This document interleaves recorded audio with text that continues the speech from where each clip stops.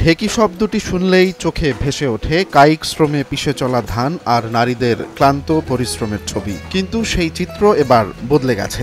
যশোরের এক গ্রাম এখন হয়ে উঠেছে ডিজিটাল ঢেকির কারখানা। বৈদ্যুতিক সুইচ চাপলেই চলছে ঢেকি। আগে ঢেকি পড়াতে গেলে খুব মানুষের কষ্ট হইতো, এখন কোনো কষ্ট নেই। সলে সলে কাজে যাচ্ছে, টাকা কম খরচ হচ্ছে। এখন মানুষ ঢেকি পড়াতে গেলে ঠ্যাঙে ব্যথায়, জ্বালা যন্ত্রণা করে। এখন মানুষ ঢেকি পড়াতে পারে না, এখন অল্প সময়ের মধ্যে হয়ে যায়। আর আগে অনেক সময় লাগতো, পড়াতে গেলে অনেক সময় লাগতো, এখন অত সময় লাগে না। সাধারণ ফ্যানের দিন শেষ, আকিস ফ্যানে বাংলাদেশ। যশোর সদর উপজেলার পশ্চিম চাঁদপাড়া গ্রামের কাঠমিস্ত্রি মাহবুবুর রহমান 2022 সালে তৈরি করেন এই ডিজিটাল ঢেকি। কাঠ, লোহা, বিয়ারিং আর মোটরের সমন্বয়ে তৈরি এসব ঢেকি এখন সারা দেশেই পরিচিতি পেয়েছে। আলহামদুলিল্লাহ, এটা আমাদের ভাই, পাড়া প্রতিবেশী ভাই এর মানে মেধা অনুযায়ী যাচাই করে, ঠিক আছে, এটা ও সুন্দরভাবে পর্যালোচনা করে সুন্দরভাবে একটা করছে। এখন আমাদের গ্রামের মহিলারা এদের সুন্দরভাবে চাল গুঁড়া সুন্দরভাবে পরিষ্কার পরিচ্ছন্ন করে ফিনিশিংভাবে করতে পারতেছে।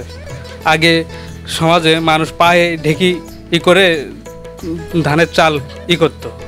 এখন মাহবুব ভাই সুন্দর করে মানে তার টেকনিকই সে মেধা খাটায়ে সে ঢেকি তৈরি করেছে।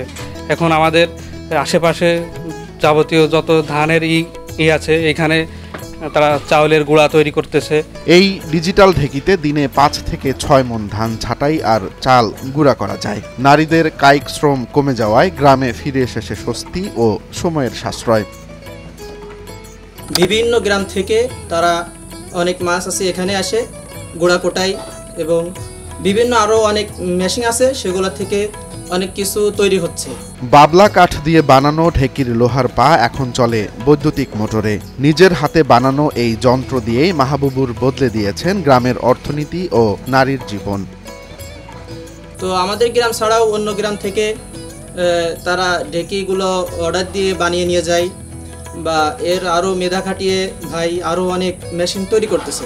তো সেই অনুযায়ী আমাদের সুবিধা হইতেছে এই কারণে যে অনেক অল্প সময় কাজটা হইতেছে, এবং পাশাপাশি অনেক কম টাকায়, মানে কম সাশ্রয় জিনিসটা তৈরি হয়ে যাচ্ছে তাড়াতাড়ি।